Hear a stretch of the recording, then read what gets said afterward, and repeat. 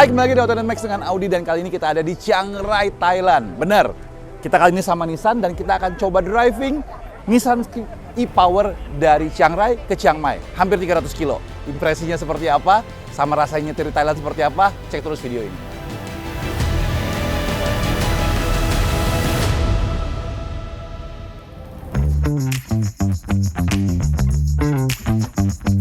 Oke, sekarang kita langsung nyetir si Kicks. Tapi kali ini bukan gue yang nyetir dulu, karena Om Wahyu dari Carvaganza, dia nyetir duluan. Tadi kita habis dari kebun teh ya, kayak di Lembang, kayak di Gunung Mas, kayak di puncak sebenarnya.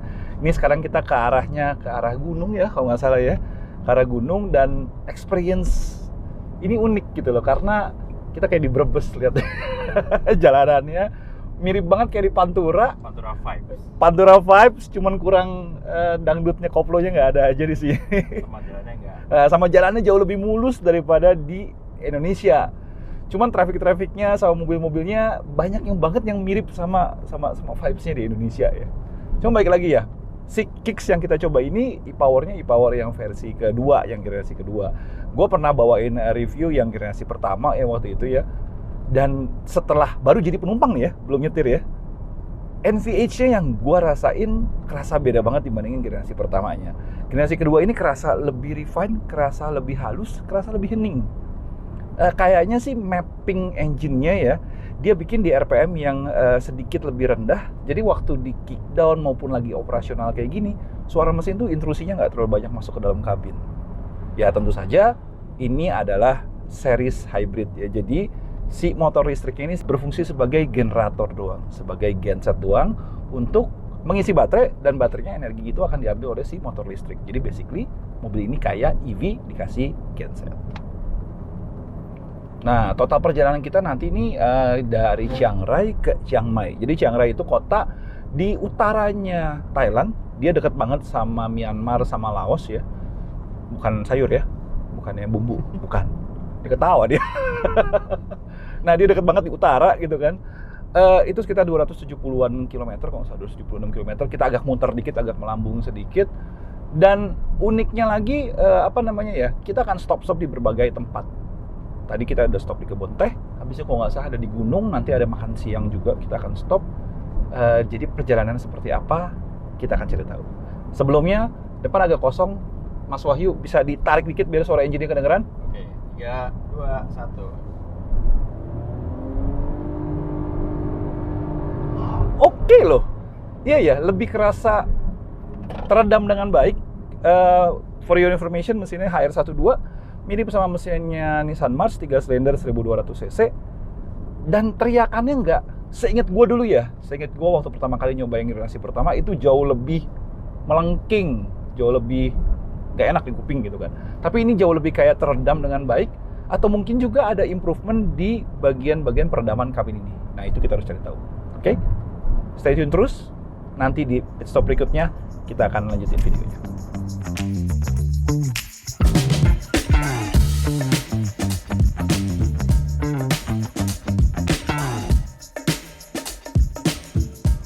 Nah, perhentian berikutnya adalah dam ya. Ini My Sui Dam, keren ya. Kita makan siang di sini. Abis ini dapat giliran gua nyetir. Kita kan kayak ke sungai gitu ya, sekitar 1,5 jam lah dari sini. Saatnya kita ngerasain feelingnya e-Power second generation ini di Kicks di jalanan Thailand seperti apa.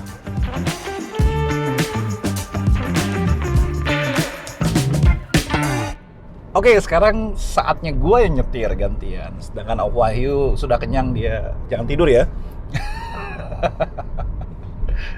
Langsung nih, impresi nyetir di Bangkok. Tadi mungkin kalau kalian rasain ya, kalau kalian lihat sebelumnya tadi gue udah ngomong kalau ambience-nya mirip banget sama di Indonesia. Dan setelah gue nyetir langsung, bener loh kerasa bahwa aspalnya ini mulus. Asli mulus ya, memang ada lah beberapa ya tambalan-tambalan dikit-dikit. Tapi overall mulus banget.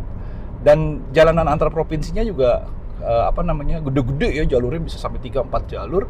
Ada yang mengecil tapi banyak juga yang gede gitu, dan enak. Benar-benar trafficnya enak.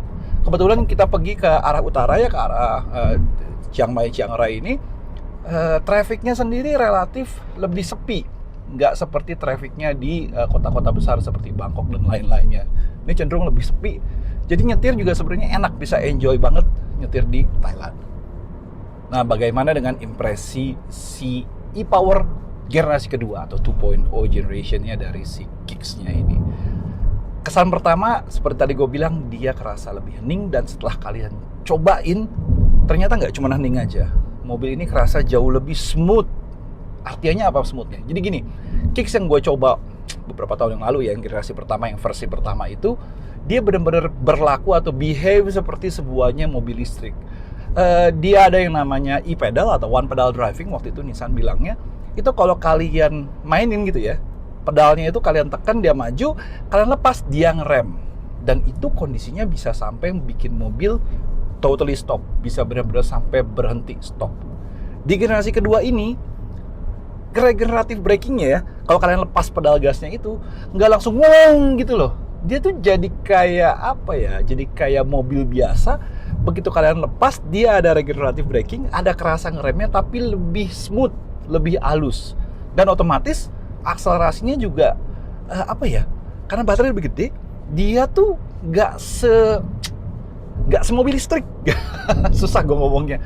Jauh lebih mature, jauh lebih halus, jauh lebih kayak bawa mobil biasa, kayak bawa mobil ICE biasa. Jadi orang yang beradaptasi dari mobil ICE ke si Kicks e-Power ini pasti tidak akan mengalami kesulitan sama sekali. Nah, kalau kita bahas lagi sedikit mengenai handlingnya ya, sebenarnya handlingnya nggak banyak perubahan atau nggak ada perubahan sama sekali dibandingin versi yang pertama atau yang sebelum faceliftnya, minor facelift sih sebenarnya.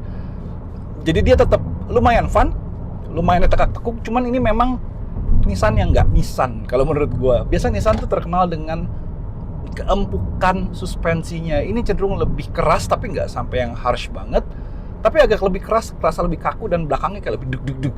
Kebetulan di Thailand ini lagi-lagi jalannya jauh lebih mulus daripada di kita. Ini mobilnya kerasa lebih planted tapi nggak sampai yang goyang-goyang. Tapi kalau kita bawa ke Indonesia, feeling gue ini mobil kerasa lebih dak-dak-dak-dak gitu. Cuman efek sampingnya begitu kalian bawa agak dinamis dikit ya, agak kencang dikit, mobilnya kerasa napak, kerasa stabil, dan biarpun setirnya bukan yang paling akurat sampai gimana banget, tapi ini cukup memberikan feedback yang bagus dan bikin aura fun dari sebuah mobil apa ya, semua crossover ini lebih kerasa.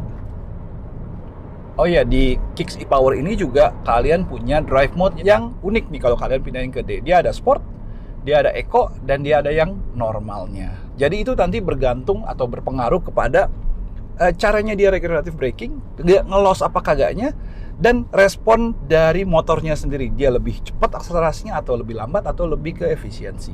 Cuman juga dia ada mode namanya B, di mana regeneratif dia lebih agresif tanda kutip, karena dia tidak bisa diatur apa ya level regenerasinya, tapi kalian bisa masukin B untuk lebih agresif.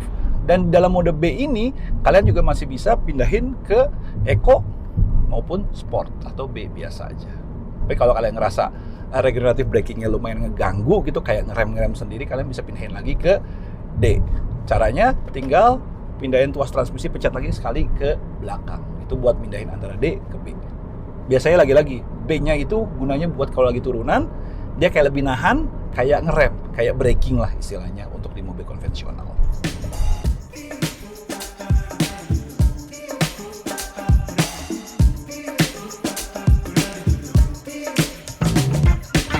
Wih, gila seru banget.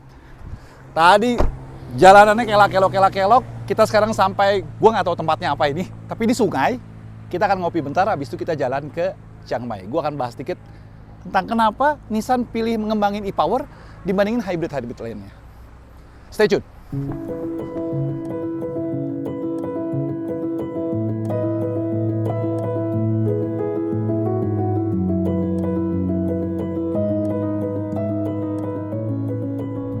Oke, tadi abis dari Cimory Riverside, aduh gue nggak boleh nyebut merek sebenarnya. Dan sekarang kita menuju Jonggol, Chiang Mai. Gak bercanda. Tadi gue sempat ngomong sebelum kita berhenti, mau cerita dikit tentang kenapa sih Nissan prefer ngembangin si series hybrid kayak model-model e-Power seperti ini. Kenapa nggak parallel hybrid kayak merek-merek lainnya? Simple, cost, affordability, terjangkau. Jadi konsep Nissan adalah waktu itu dia punya Nissan Leaf kan, sebagai mobil listrik dari Jepang pertama kali di dunia. itu dia pikir mobil listrik itu belum tentu cocok untuk seluruh negara di seluruh dunia, terutama pasar-pasar negara berkembang kayak di Indonesia. Nah, kepikirannya gimana caranya bikin mobil yang rasa nyetirnya sama kayak mobil listrik, tapi masih isi bensin. Jawabannya hybrid, tentu saja. Tapi hybridnya yang diincar atau yang diancar-ancar sama Nissan itu adalah hybrid series atau serial hybrid. Konsepnya adalah motor listrik dari si Leaf, ya kan, konsep motor listrik dari Leaf itu dia cabut kemampuan chargingnya, tapi diganti dengan dia nambahin engine. Kebetulan Nissan punya beberapa portfolio engine yang kecil-kecil 1000-1200 cc yang fungsinya bukan untuk menggerakkan mobil, tapi fungsinya untuk menjadi genset alias untuk menyuplai listrik ke si mobilnya sendiri. Nah, keluarlah e-Power, dan sekarang e-Power yang dipakai di Kicks ini sudah masuk generasi ke-2. Dan gue berani bilang setelah cobain mobil ini 270-an kilo, improvementnya jauh dibandingin generasi pertamanya. Terutama juga FC-nya. FC-nya berapa? Tunggu sampai Chiang Mai, ntar gue sebutin dapatnya berapa.